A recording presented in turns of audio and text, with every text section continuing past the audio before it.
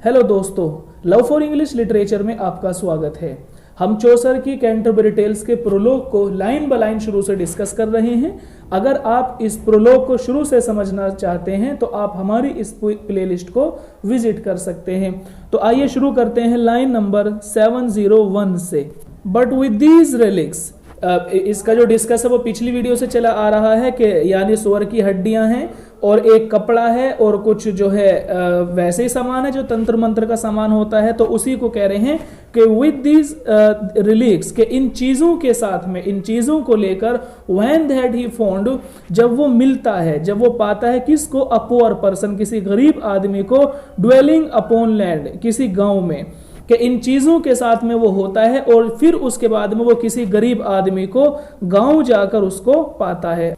आगे देखें, upon a day, के एक ही दिन में ही गेट हिम मोर मनी, के वो उससे इतने ज्यादा पैसे ले लेता है कि अगर किसी आदमी से वो किसी गांव में जाकर मिलता है तो उससे इतने ज्यादा पैसे ले लेता है Then that the person get in months to, ये कह रहे हैं कि जितना के पर्सन, असल में जो डिस्कस चल रहा है दोस्तों पार्टनर का चल रहा है कि पार्टनर एक ही आदमी से इतने पैसे बना लेता है जितना के पर्सन 2 महीने में कमाए। मंथ्स टू यानी जितना के महीने 2 महीने में पर्सन पैसे कमाता है, इतना पार्टनर एक बंदे से मिलकर कमा लेता है। And thus with feigned flattery and japes he made the parson and the people his apes, ये कह रहे हैं कि एंड दस, और इस तरह से जो पार्टनर है वो अपने फ्लैटरी चापलूसी होता है, और जेब्स माने चालाकी या ट्रिक्स, कि इस तरह से जो पार्टनर है अपनी चापलूसी से, अपनी फ्लैटरिंग से और अपनी प्लानिंग से, अपनी ट्रिक्स से, अपनी चालाकियों से,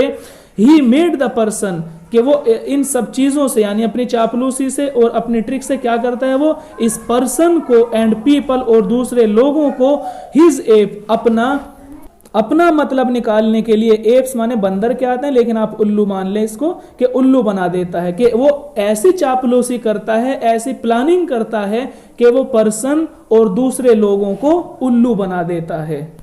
but truly to tellen at last, truly के अगर मैं सच कहूं, ट्रूली टू टेलन के अगर मैं सच कहूं, एट लास्ट आखिर, यानी बाय द वे अगर मैं सच कहूं तो ही वाज इन चर्च, के वो चर्च के अंदर है, अ नोबल एक्लिसियास, के एक बेहतरीन पादरी, के वैसे तो वो बहुत जो है चाल चलता है, बहुत ज्यादा चापलूसी करता है, लेकिन अगर मैं ट्रूली कहूं, सच्चाई के साथ कहूं, तो वो चर्च का एक नोबल पर्सन है, एक ग्रेट पादरी है। Well could he red a lesson और ए स्टोरी, कि जब वो लेसन पढ़ता है, जब वो बाइबल को पढ़ता है या किसी स्टोरी को पढ़ता है तो कैसा पढ़ता है, वेल बहुत अच्छा करके पढ़ता है, कि वो किसी लेसन को या किसी स्टोरी को बेहतर कर पढ़ता है। But alder best he song an offertory, offertory कहते हैं दोस्तों दुआओं को, जो प्रार्थना वगैरह होती है, और ये कह रहे हैं एल्डर बेस्ट, के सबसे बेहतरीन कर पढ़ता है वो किसी भी दुआ को, कि जब वो दुआ मांगता है, प्रार्थना करता है, तो वो उसकी कैसी प्रार्थना वो करता है, एल्डर बेस्ट, सबसे बेहतर तरीके से वो प्रार्थना करता है, दुआएं मांगता है। फॉर वेल ही विश्ड, क्योंकि उसको पता था, वेल वो अच्छे से इस बात को जानता था कि when that song was song, कि किस गाने को कब गाना चाहिए, कि किस गाने को कब गाना चाहिए, इस बात को वो अच्छे से जानता था।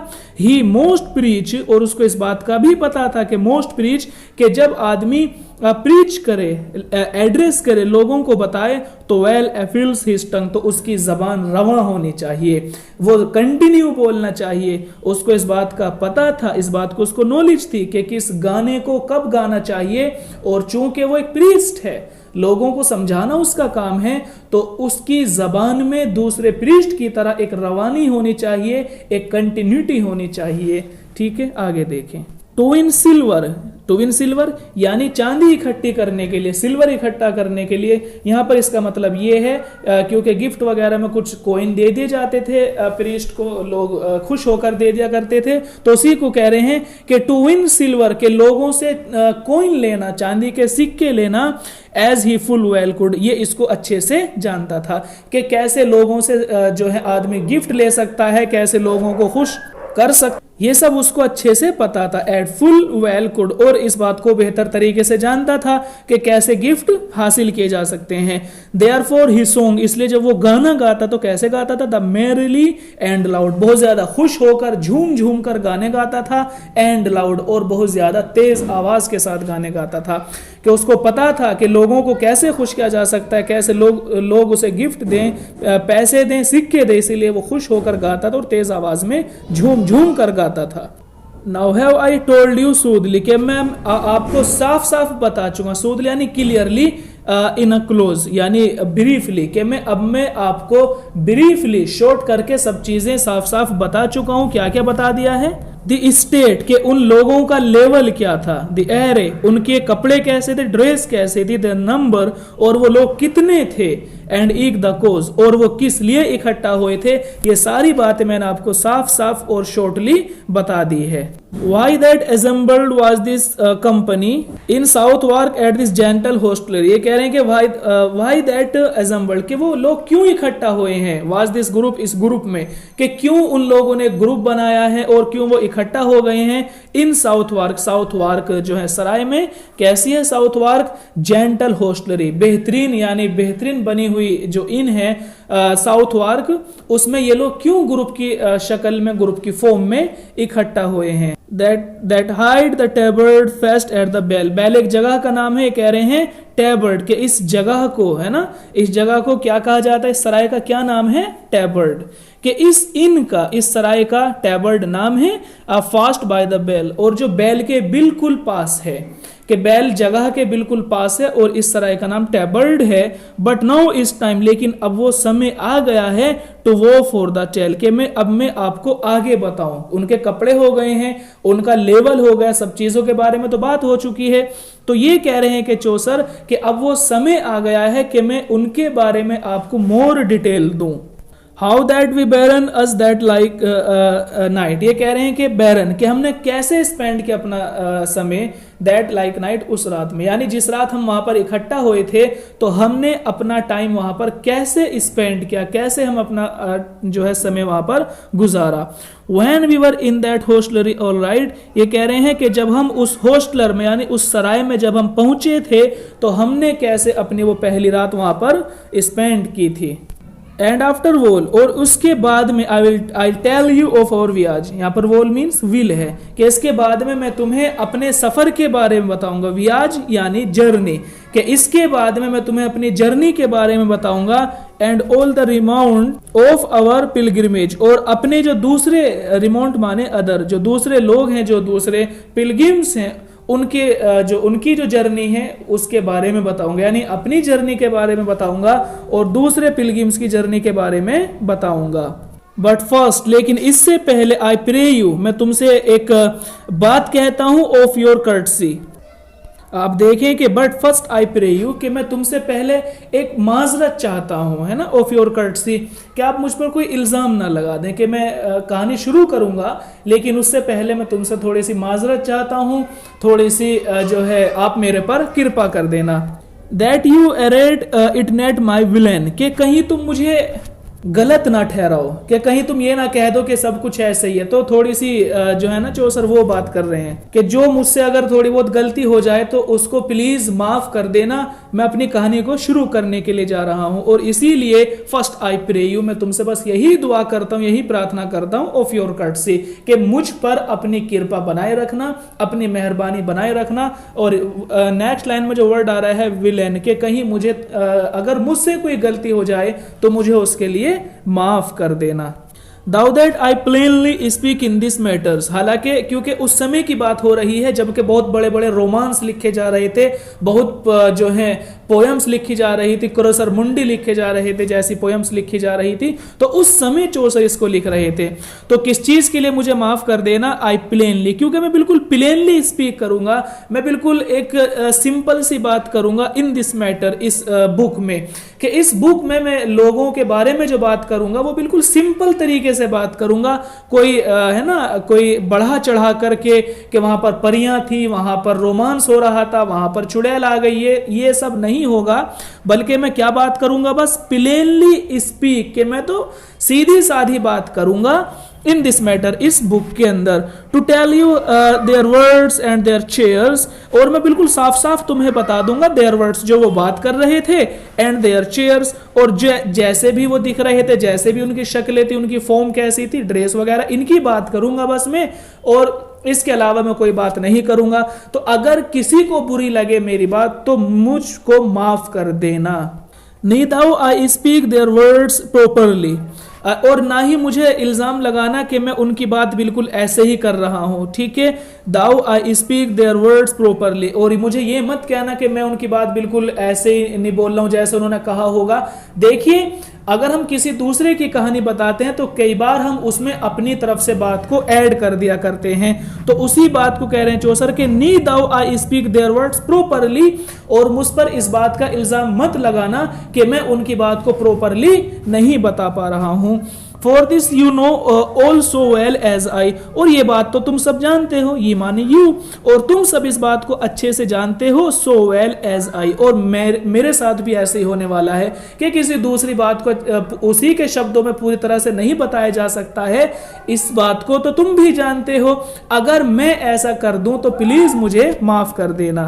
Who shall tell a tale after a man? Tell a tale after a man का मतलब यह है कि एक ने कहानी सुनाई और दूसरे ने उसको कहानी सुनाई। Tale after man a man a man, इस तरह का मतलब कुछ होगा कि ऐसा होता है। Who shall tell a tale after a man, कि जब एक आदमी किसी दूसरे आदमी को कहानी सुनाता है फिर उसको तीसरे को सुना देता है, तो मेरे साथ भी कुछ ऐसे ही होने वाला है, क्योंकि जो पिलग्रिम्स है वो अपनी स्टोरी सुनाएंगे, और ऐसा नहीं है कि वो उनकी अपनी कहानी होगी, उनको किसी और ने कहानी सुनाई होगी, और हो सकता है कि उसको किसी और ने सुनाई हो, तो ऐसे ही चलता रहेगा।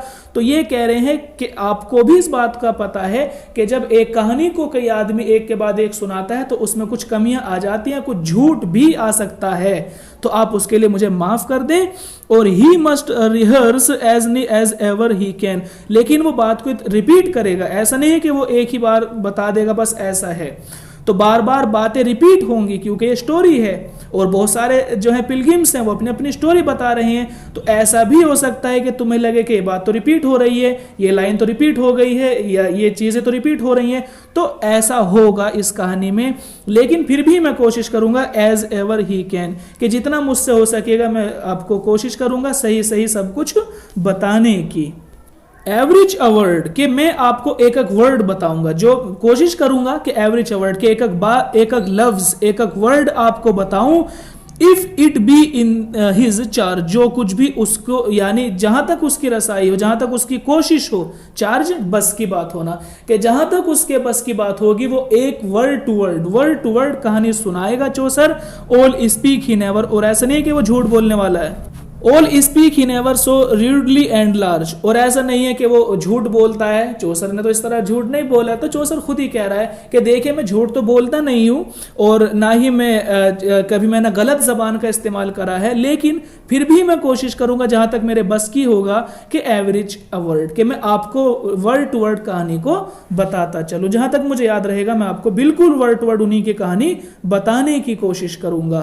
और else he must tell his tale untrue, और अगर कोई आदमी ऐसा हो, एल्स या फिर इसके अलावा ऐसा हो कि he must tell his tale untrue, के कोई आदमी अपनी कहानी को गलत कह दे, ये मैं आपको लाइन समझाऊंगा, ट्रांसलेशन आप समझ लें, कि अगर कोई आदमी अपनी कहानी को गलत बता रहा है, अपनी बात को गलत कह रहा है, और फेंग थिंग, या फिर वो अपनी बात को गलत, यानी कोई चीज गढ़ रहा है, फेंग थिंग माने गढ़ना, अपनी तरफ से गढ़ देना किसी बात को, और फाइंड वर्ड्स न्यू, या फिर नए नए जो है वर्ड्स, नए नए लफ्ज उसके अंदर डालने की कोशिश कर रहा है ताकि उसकी कहानी अच्छी हो। तो वो ये कह रहा है कि कुछ लोग ऐसे भी होंगे जो अपनी अपनी तरफ से कहानी को गढ़ेंगे, कहानी को खूबसूरत बनाने के लिए उसमें मसाले लगाएंगे, न्यू वर्ड्स माने उसमें मसाले लगाएंगे, नए नए उसमें लफ्ज डाल देंगे, और फिर उसको वो क्या करेंगे, अनट्रू, अपनी कहानी को गलत बताएंगे, बिल्कुल जो ऐसा तो कुछ भी नहीं है ऐसा बताएंगे। तो ये कह रहा है चौसर के मैं उन लोगों में से नहीं हूं, बल्कि मैं तो उसको हूबहू कहने की कोशिश करूंगा।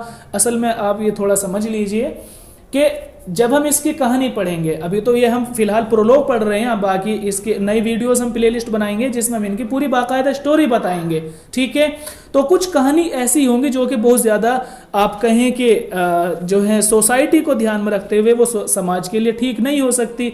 आप अगर उनको पढ़ेंगे तो बहुत ही गलत जबान का उनमें इस्तेमाल हुआ है। एक बहुत ही स्टोरी, एक अजीब सी स्टोरी है जो कि केवल एडल्ट के लिए है, जो बहुत ज़्यादा एडवांस लोगों के लिए है। लेकिन अगर उसको जो है प्रॉपर सोच वाला बंदा या फिर किसी गांव देहात के लोग उसको अगर सुन लेंगे कहानियों को, तो बड़ी अजीब कहानी है। जैसे कि मिलर की आप कहानी पढ़ेंगे उसके अंदर, या फिर एक दूसरी कहानी भी मुझे याद आ रही है। लेकिन चौसर ये कह रहा है कि जो उन्होंने कहा है ना भाई, मैं वही बताऊंगा। किसी को अच्छी लगे पढ़ लेना मेरी कहानी, नहीं लगे तो मत पढ़ना, लेकिन मैं हूबहू वही बताऊंगा जो वो कह रही हैं। कोई नए लफ्ज नहीं डालूंगा, गलत बिल्कुल भी नहीं होने दूंगा, और अपनी तरफ से तो मैं कुछ भी नहीं गढ़ने का, क्योंकि जो पिलगिम से हर तरह का आदमी है, इनमें अनपढ़ भी हैं और कुछ जो है बेबाक जबान वाले भी हैं, अपना कुछ भी कह देते हैं। बहुत ज्यादा ऐसे हैं कि वो गलत ही बात करते हैं, जैसे ठीक है। तो जो जैसा कहेगा, जिसकी कहानी जैसी होगी भाई, मैं बिल्कुल ऐसे ही कहूंगा। ही में नोट स्पेयर, कि किसी को किसी की कहानी गलत नहीं करनी चाहिए। नोट स्पेयर, कि आप किसी की कहानी को या किसी की बात को नोट स्पेयर, गलत मत करके पेश करो कि जिसने जो कहा वो तो है ही, लेकिन अपनी तरफ से उसमें बढ़ा के कुछ कह दिया। तो कह रहे हैं कि नोट कि अपनी तरफ से कुछ ऐड मत करो। ऑल दो ही वर हिज ब्रदर, चाहे वो उसका भाई ही क्यों ना हो, कि अगर अपने भी भाई की बात है तो देखिए अपनी तरफ से कोई बात ऐड मत करो। तो क्या करना चाहिए? He must as well as a word as another, कि कोशिश करनी चाहिए कि कहानी वर्ड टू वर्ड हो। मस्ट एज वेल से, कि बिल्कुल ऐसे ही कहे एज वर्ड एज अनदर, जैसे दूसरे ने कहे थे, यानी बात को बिल्कुल ऐसे ही बताए जैसे दूसरे ने कहा था। अपनी तरफ से कोई बात ऐड मत करो, अगरचे मेरा खुद का भाई ही क्यों ना हो। तो चौसर कह रहे हैं कि मैं तो ऐसा कुछ करने वाला नहीं हूं, मैं तो वही लिखूंगा और वही कहूंगा जो उन्होंने कहा है। यहां पर चौसर एग्जाम्पल देते हैं, पढ़ेंगे कि Christ spake himself full broad in holy writ. Holy writ यानी बाइबल, के बाइबल के अंदर भी आप देख सकते हैं कि Christ speak himself full broad, के क्राइस्ट ने भी पूरी तरीके से ब्रॉडली बात करी है ना, बिल्कुल बोल्डली और बेबाक तरीके से उन्होंने क्राइस्ट ने बाइबल में अपनी बात को रखा है। बेबाक तरीके से, है ना, जैसे बात है उन्होंने ऐसे लिखा है, ऐसे अपनी बात को पेश किया है। And well you would know villain is it, और आपको भी पता है, आप भी बाइबल को पढ़ रहे हैं, आप भी जानते हैं कि नो विलन इज इट, कि बाइबल के अंदर कोई बात गलत नहीं है। यानी ऐसा हो सकता है कि किसी को मेरी कहानी पढ़कर कुछ परेशानी हो और लगे कि यार ये चौसर क्या लिख रहे हैं, कितनी गलत बात है, कितनी गंदी बात वो लिख रहे हैं। तो ये कह रहे हैं चौसर पहले ही समझा रहे हैं, एक प्लॉट बना रहे हैं, क्योंकि तो प्रोलोग है, प्रोलोग उसी को तो कहते हैं जिसमें समझाया जाता है। तो कह रहे हैं चौसर कि अगर मैं गलती कर दूं तो मुझे तो माफ कर देना, क्योंकि क्राइस्ट ने भी बाइबल में वही बात लिखी है जो जैसी हैं वैसी हैं। तो ये बात भी आपको पता है कि वो क्या है, वो बात गलत नहीं है। नो विलन इज इट, कि वो बात गलत नहीं है, तो फिर मेरी भी बात गलत नहीं होनी चाहिए। तो कोई मेरी बात का, मेरी इस कहानी का, मेरी स्टोरी का बुरा ना माने।